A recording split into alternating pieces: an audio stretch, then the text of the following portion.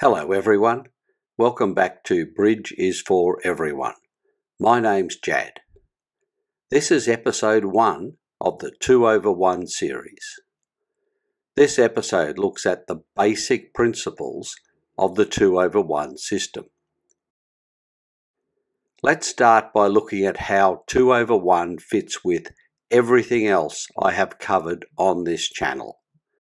2/1 is a bidding system. It's a modified version of the standard system I addressed in all my previous videos.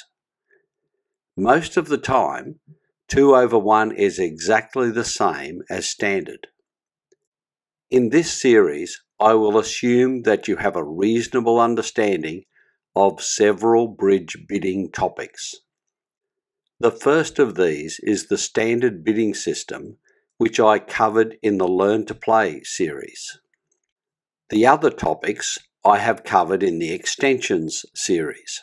They are fourth suit forcing, which is the first extensions topic, Jacobi to no trump, which is the third topic, Italian control bids, which is the fourth topic, and Roman keycard Blackwood, which is topic 5. So what is 2/1? Its full name is 2/1 Game Force. This gives us an idea of how the system works. Let's break it down. If the opener bids 1 of a suit and the responder bids 2 of a lower suit, then a game force is in place. The pair must bid to at least 3 no trump. There are a few circumstances under which such a sequence is not 2/1. If the responder is a passed hand, then such a sequence is not 2/1. It reverts to being a standard bid. If there is bidding interference by the opposition, then such a sequence is not 2/1. So, if the player bidding after the opener does not pass, any bid by responder is a standard bid. Now let's look at what responder needs to make a 2/1 bid. Put simply, responder also needs to hold a regular opening hand. This does not include weak openings. The suit bid by responder must be a biddable suit. Responder must not hold a long suit that could be bid at the 1 level. And finally, responder must have no more than 3 card support for opener's major suit. If responder does not meet all these conditions, they cannot make a bid that would be interpreted as a 2/1 bid. Let's clarify what I have explained so far with an example. We start with board T1. You are the dealer. Here is your hand. As always, you value your hand. You have 14 high card points and 2 long points for a total of 16 points. With 2 doubletons, your hand is semi-balanced, and your only biddable suit is spades. The 2/1 system uses the same opening bid rules as the standard system. You apply these rules and open 1 spade. West passes, and partner bids 2 clubs. You interpret partner's bid. Partner has bid 2 of a new lower suit after your 1 of a suit opening. This could be a 2/1 bid, so you check by applying the 2/1 rules. There are 2 rules to check. First, partner has not previously passed, so this is not a bid by a passed hand. And second, West passed after your opening bid, so there has been no interference. So, partner's bid is a 2/1 bid. This is a game force bid. In bidding notation, this is abbreviated to GF. Now let's look at what this tells you about partner's hand. As you saw earlier, there are up to 4 pieces of information conveyed by partner's bid. First, partner has a regular opening hand, so you know that partner has at least 13 points. Because you both have opening hands, your partnership has at least 26 points. This is enough for game in no trump or a major suit. That is why this bid is a game force. You also know that partner bid a biddable suit, so partner has at least 4 clubs. This might be useful, but is not of immediate help with this board. Partner is also telling you that they do not have a 1 bid long suit.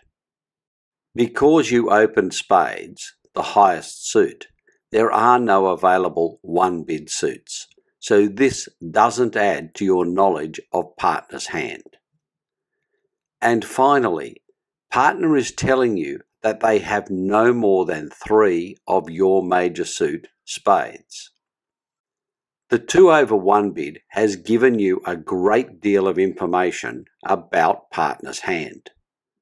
This is excellent value from a single bid at the 2 level. Now that you've had your first look at 2/1 in action, let's look at the immediate benefits of the 2/1 system. There are 2.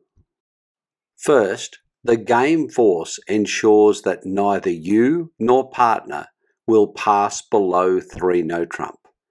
You can bid slowly to find a good contract. And second, because the 2/1 bid is at the 2 level, you have the bidding room necessary to find that contract. In my experience, this means that 2/1 has several advantages over the standard bidding system. The most obvious is that game force ensures you continue bidding to game level and don't stop in a part game. The additional bidding space allows you to reach more and better slam contracts. As a result, you will make more slams and fail less often. The additional information your partnership exchanges with 2/1 will allow you to avoid risky leaps to 3 no trump. This will mean better 3 no trump contracts overall. And the most surprising advantage I've found is that as a direct result of avoiding poor 3 no trump contracts, it will lead you to good minor suit contracts. Now, let's look at another board. This is board T7. This time, partner is the deal. Here is your hand. As always, you value your hand. You have 15 high card points and 2 long points for a total of 17 points. You have a singleton, so your hand is unbalanced and your only biddable suit is clubs.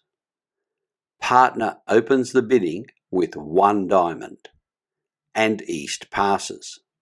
It's your turn to bid. As always, you interpret partner's bid. Partner's bid shows 13 to 21 points and 4 or more diamonds. Because partner opened 1 of a suit, you check the rules for a 2/1 response. This is a 2-step process.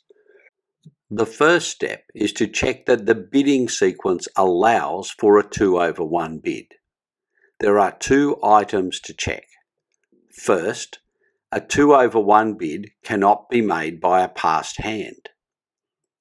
This is your first opportunity to bid, so you are not a passed hand. This requirement is met. And second, you cannot make a 2/1 bid if there is bidding interference by your opponent. East passed, so this requirement is met. The second step is to check that your hand meets the requirements for a 2/1 bid. There are 4 items to check. First, you need to have an opening hand. You should use your original hand value to check this requirement. Your original value was 17 points. This is more than the 13 needed for a regular opening bid, so you meet this requirement. Next, you check that you have a lower ranking biddable suit. Your only biddable suit is clubs, which is lower than partner's opening bid of diamonds, so you meet this requirement. Now you need to ensure that you don't have a long suit that can be bid at the 1 level. Your spades and hearts are not even biddable, so you meet this requirement. And finally, you check your support for partner's major suit. This item only applies when partner opens with a major suit, which they did not, so you automatically meet this requirement. With all the requirements met, you make a 2/1 response of 2 clubs. Because this is a 2/1 sequence, partner knows that your bid is a game force. You have now seen how to recognise and interpret a 2/1 bid, and you've also seen how to make a 2/1 bid in response to partner's opening of one of a suit. There is much more to learn before you can use the 2/1 system. Right now, you should have a great many questions. Some will be about the subsequent bidding after the 2/1 bid, for example, opener's rebid. And some will be about bids from the standard system that are lost in the 2/1 system. For example, how to bid with a new suit and 10 to 12 points. All these questions and many more will be answered in subsequent episodes in this series. This video is just the start of our journey into the 2/1 system. Thanks for watching.